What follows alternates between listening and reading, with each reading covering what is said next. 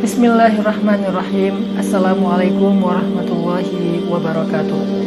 Teman-teman, ahlan bikum min jadid di dalam Ramadan series kita dengan tema beningkan dari hati. Dan pada episode kali ini saya akan meneruskan tentang tafsil madakhil syaitan ilal qalb, penjelasan tentang jalan-jalannya masuk setan ke dalam hati manusia. Di antara jalan atau celah masuknya syaitan ke dalam hati manusia, kata Syekh Said Hawa, adalah al-ajalah wa tarkut tathabbut fil umur, tergesa-gesa dan tidak teliti dalam segala urusan. Itu ternyata jalan masuknya syaitan. Nabi SAW bersabda, al-ajalah minasyaitan wa ta'anni minallah. Tergesa-gesa itu adalah sumbernya dari syaitan, sedangkan berhati-hati dan tenang itu adalah dari Allah Subhanahu wa taala. Allah Subhanahu wa taala juga berfirman, khuliqal insan min ajal. Manusia itu diciptakan dalam keadaan tergesa-gesa. Dan Allah juga mengatakan wa kanal insan ajula. Manusia itu emang suka sekali tergesa-gesa. Sampai Allah melarang Nabi untuk tergesa-gesa dalam membaca Al-Qur'an. Wala ta'jal bil Qur'an, atau wala la tuharrik bihi lisanaka lita'jala bihi. Janganlah engkau terburu-buru membaca Al-Quran. Janganlah engkau menggerakkan lisanmu secara terburu-buru dalam membaca Al-Quran. Banyak lagi ayat-ayat larangan untuk al-ajalah atau tergesa-gesa, terburu-buru yang negatif. Apa bedanya terburu-buru dengan melakukan sesuatu secara cepat atau dengan ritme yang tinggi? Bedanya adalah tergesa-gesa itu nggak ada perhitungan. Tergesa-gesa itu terlalu menurutkan keinginan tanpa banyak menimbang-nimbang. Sedangkan melakukan ritme yang tinggi itu lebih kepada ritme. Kalau tergesa-gesa itu adalah emosional yang tidak stabil. Kalau menjalankan sesuatu dengan cepat itu bukan emosional, itu lebih ke mengejar sebuah target, atau memang dia punya karakter orangnya cepat dalam melakukan sesuatu dengan pertimbangan yang sudah matang, dengan strategi yang sudah jelas. Maka nggak masalah melakukan sesuatu dengan cepat, dengan ritme yang tinggi, sambil berlari misalnya dalam tanda petik. Beda dengan tergesa-gesa dan terburu-buru. Sampai Nabi melarang kita untuk datang ke masjid kalau kita terlambat dengan cara berjalan tergesa-gesa. Kata Nabi, kalau kalian mendengar imam sudah sholat, kalian masih di luar masjid, jalanlah dengan tenang dan menjaga diri. Jangan sampai menyakiti orang lain, misalnya ngebut atau lari. Jalan dengan tenang saja. Apa yang kalian dapat dari imam, ikuti. Yang kalian lewatkan nanti ditambah sendiri. Ini artinya memang Islam melarang kita tergesa-gesa dalam hal segala sesuatu dengan bentuk yang tidak ada pertimbangan dan merugikan diri kita sendiri. Berbeda ya antara tergesa-gesa dengan menyegerakan. Menyegerakan itu bukan tergesa-gesa. Menyegerakan itu melakukan segera mungkin.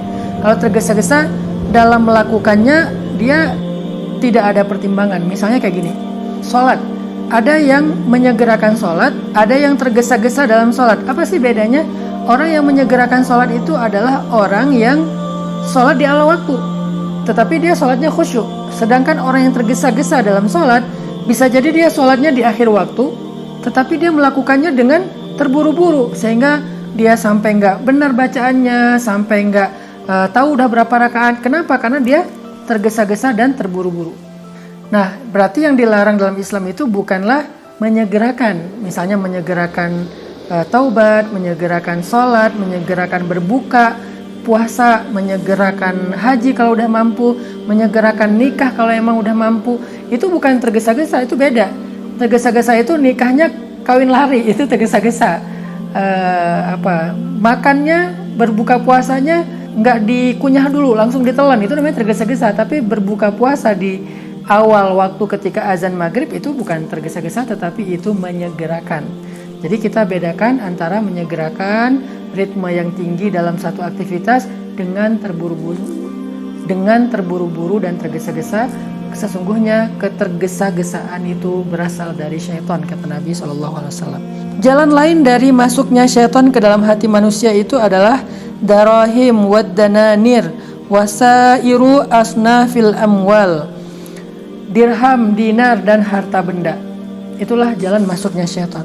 Banyak banget ya saudara kandung jadi putus silaturahim gara-gara warisan, itu banyak banget. Banyak banget orang yang ribut sampai bunuh-bunuhan hanya gara-gara 1.000-2.000 rupiah. Tukang parkir, rebutan lahan parkir, akhirnya bunuh-bunuhan.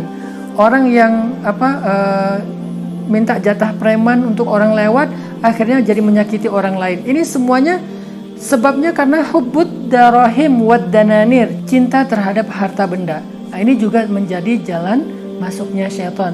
Terus apakah kita nggak boleh jadi orang kaya? Apakah kita nggak boleh ngumpulin harta? Apakah kita nggak boleh mencari uang? Boleh. Yang dilarang itu mencintainya. Terus kalau kita mendapatkan semua itu, diletakkannya di mana? Letakkanlah harta duniawi di tangan kita, jangan di dalam hati kita.